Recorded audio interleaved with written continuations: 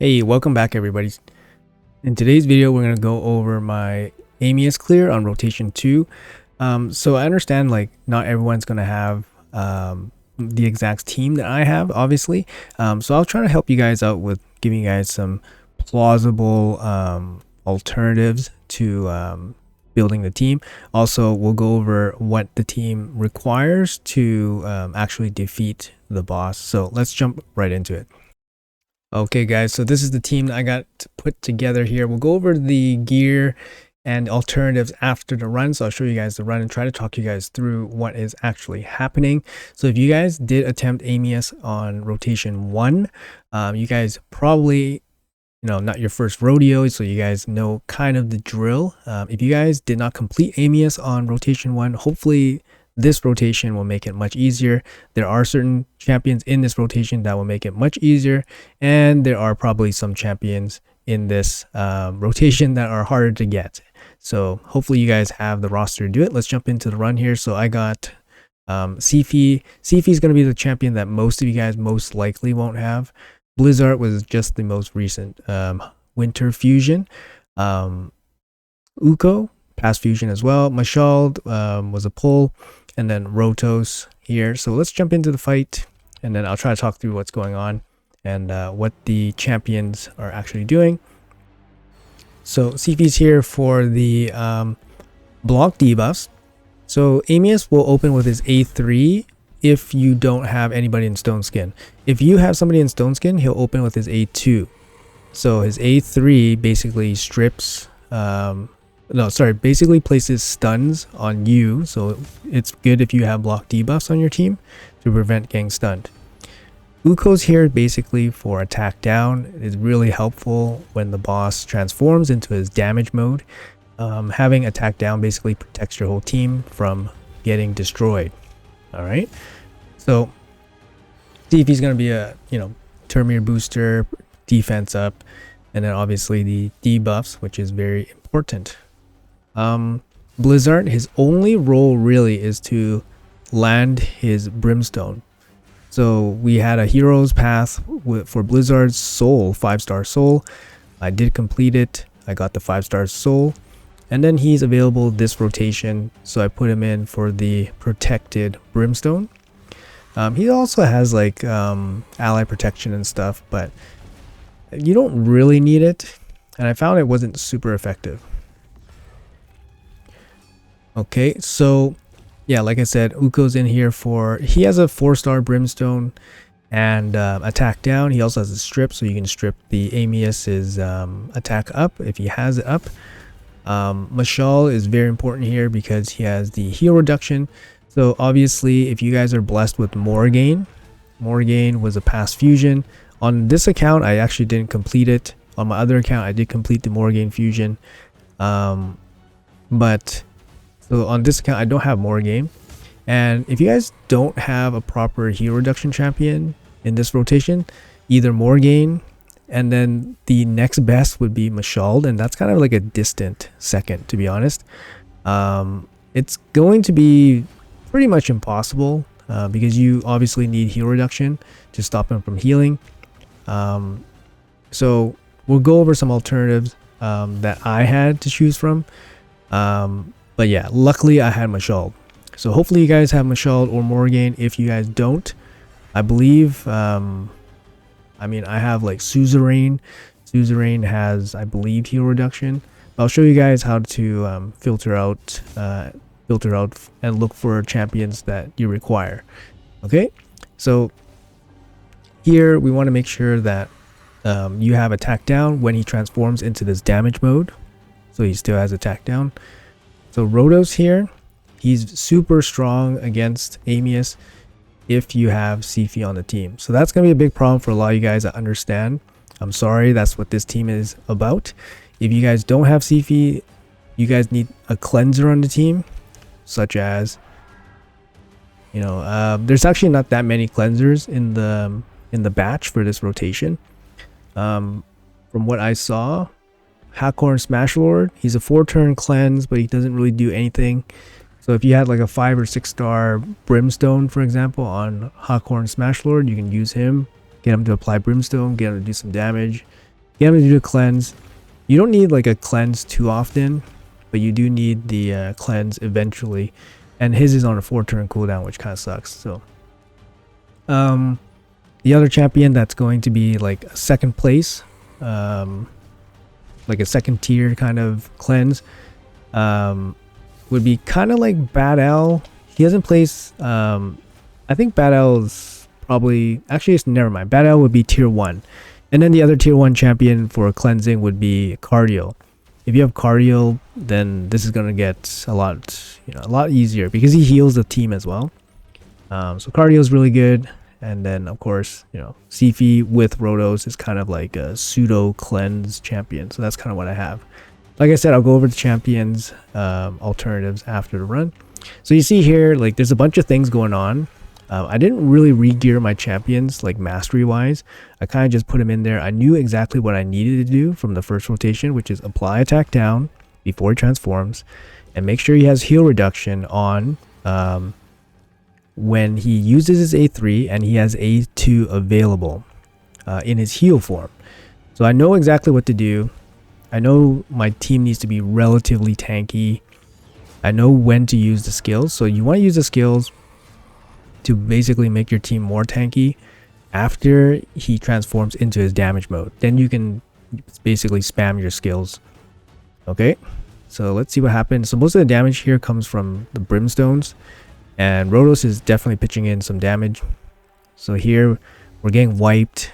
Luckily we have 2 revivers, but we're getting wiped pretty consistently here, so he's able to heal up a little bit, which is a little bit annoying, but it's okay. I know exactly what I'm going to do, what I need to do, and I got him on the ropes. So Rose is awesome. He gets, he gets cleansed by CV's passive when they're together. So he always gets his turn. He always deals damage. His A3 is what you want to prioritize after you max out his A2. So he's going to gain a bunch of health, max out his A2, and then his A3 is going to start smacking.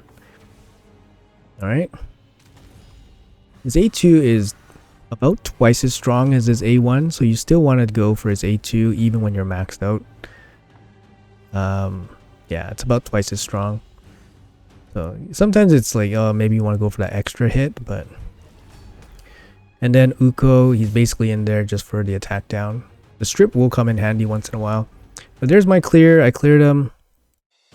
And here's my damage output. So you got Uko here. He's doing a little bit of damage from the Brimstone. Blizzard doing a lot of damage, more damage from his Brimstone proc as well. Mashal's in here just mainly for heal reduction. I had him in a Savage build from a Hydra team. So I didn't take him out. So this is what you can expect from a Savage Mashald. Sifi is just here to support the team. And Rotos actually doing a ton of damage. He's carrying the team. Carrying the team. All right, so show you guys the builds here. Just gonna speed this up. All right, so recently used. So here's my Rose build. It's literally my arena build. Yeah, obviously you don't need a Rotos to be this strong. His passive protects him from getting one shot. So, and after he builds up his A2 HP, he's going to be basically invincible against the boss. Yeah, so just make him, decent, and he should be very powerful. The boss is 250 speed, so you ideally want your team to be at least 250 speed. But if you have a speed lead, you can get away without it. For example, if you have a turn meter booster, you can get away without 250 speed, for example. In terms of accuracy, if you want to land Brimstone, for example, you want at least 475 accuracy. So you might have an aura that helps, but aim for 475. Okay, so that's my Rotos. Slowly go over to champions. Here's my Uko. He's basically in an arena build. I don't really use him too often. I switched to Banner for more accuracy, and he works totally fine as is. No big changes for him. It's my Sifi, like I said, it's my arena Sifi. It's just fast. Here's my Mashald. Mashald's in a Hydra build. I gave him a different chest, so he has more accuracy to land his heal reduction. 446 isn't it's not going to be like 95-96%. It's going to be like, you know, a bit less, like 90% or something. So I just took that chance. I didn't want to spend glyphs or anything like that. And then Blizzard here, he's literally in whatever gear gave him the most HP at 250 speed with roughly 500 accuracy. You see some of his gears not leveled up, they're not glyphed up, they're just whatever gear I had laying around, just threw it on him. He has no masteries as well. He's literally here for the 5-star brimstone. You could use any champion that you have with a 5-star brimstone. Alright. Alright, so that's going to be the team. I can go over some alternatives for you guys that I think might work.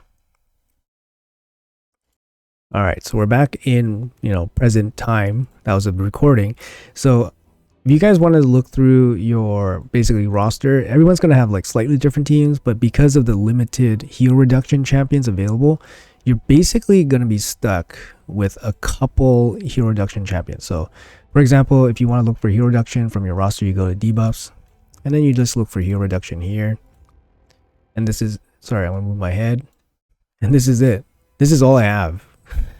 So I have Mashald, Suzerain, like Suzerain, I mean, he might be able to do it, but like, well, let's bring him up here real quick. All right, so Suzerain's here. I didn't level him up. He's good in Hydra, but I never got a chance to use him. So if you go down here, he has his A3. You don't need to ascend him or anything, but it's a 4-turn cooldown heal reduction, so he's got it. You can use him. I don't think his base stats are super impressive, so he might be a little bit hard to keep alive, but I mean, I use Mashald and it's perfectly fine. And then the other one would be like Missionary. Like, is this guy even viable?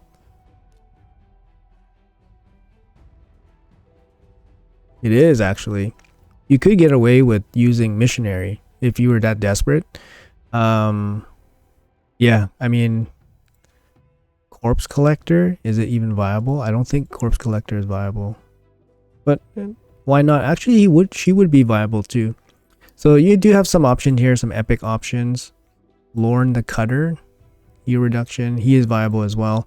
So there are some epic options, but man, these champions are so awful that you probably don't use them anywhere else, and to level them up just for this one fight would be pretty, feels bad, right? So if you have Morrigaine, it's going to be a lot easier, and obviously, yeah, she requires accuracy for her passive to work. And then if you are looking for a cleanser, for example, you will look for other effects, positive effects, and then look for remove debuff. So these are my cleansing options. Not too many, to be honest. I mean, the epic Mausoleum Mage can get you by. You got Battle here. Battle kind of works pretty good as a secondary behind Sifi. Let's grab it here. Positive effects. So you got Battle.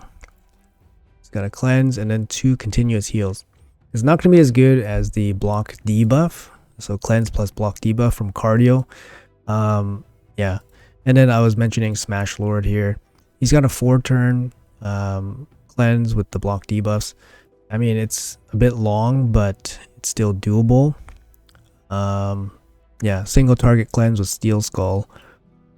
Yeah, would say honorable mention to Mausoleum Mage. He does have a 3-turn cooldown, block debuffs, so I mean that kind of works. And then he has a cleanse on another move, which can work. So you can place block debuffs before Amius places the A3, and then you can use the cleanse after he transforms, for example, or if you have a lot of debuffs on your team. So Mausoleum Mage actually would probably be one of the better epic options for cleansing. But obviously, like somebody like Cardio would be very, very good. And then lastly, you're looking for a attack down champion. So in my team, I used Uko. You don't necessarily need to use Uko. It's kind of nice because he does have the backup revive. He is a speed lead, so those are very nice.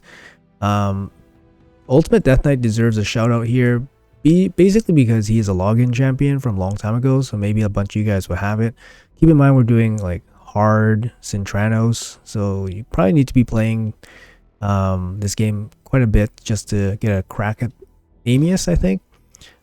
So Ultimate Death Knight's passive allows him to basically have a 50% chance of soaking up some of the big hits from the boss. And of course, like, yeah, he does bring attack down, but you would have to build accuracy on him. Might not be ideal. But yeah, he's definitely viable. Like I said, I used Uko for his A1 attack down. Very, very good. I mean, Necrit's fine. He doesn't really bring too much, and he also brings the passive buffs, which could get transformed. So he's not super ideal. Nishak also deserves a good mention because he can be a damage dealer. So for example, if you don't have Rhodos, if you don't even have a Brimstone, or if you have like a very low chance of landing a Brimstone, then Nishak can power your damage to kill Amius. It just take a long time because he has poisons. The other problem with Amius, with Vermin Lord, is that his poisons are protected, and they literally will clog up the boss's debuff bar. He can only have 10 debuffs, and then your hero reduction won't land, and then the boss will start healing here and there, and then it's kind of game over at that point. He does bring attack down, which is pretty nice as well. So you got like damage and attack down on one champion. But yeah, like I said, he's a bit of a liability with the poison being unremovable and being able to stack so much. Snick Track's similar. He's kind of like a dual utility champion. If you have like a Brimstone blessing on Snick Tracks, he can be pretty good. He brings some defensive capabilities for your team. He does bring I believe attack down is attack down is A1, so he does do some good work as well. I think Man Eater does pretty good in this one too. So he has the unkillable, and then he has a decreased attack on his A1. So Man Eater definitely does a lot of work in here in this boss. Volgoth also deserves honorary mention because of his passive can full heal your team.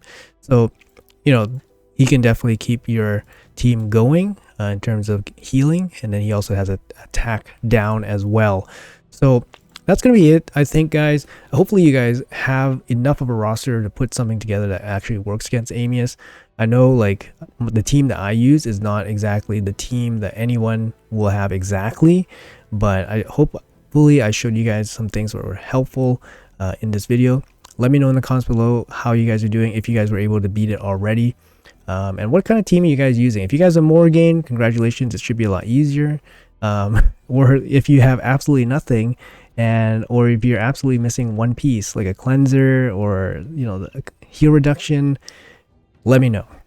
Anyways guys, hopefully you guys enjoyed the video, and I'll catch you guys in the next one.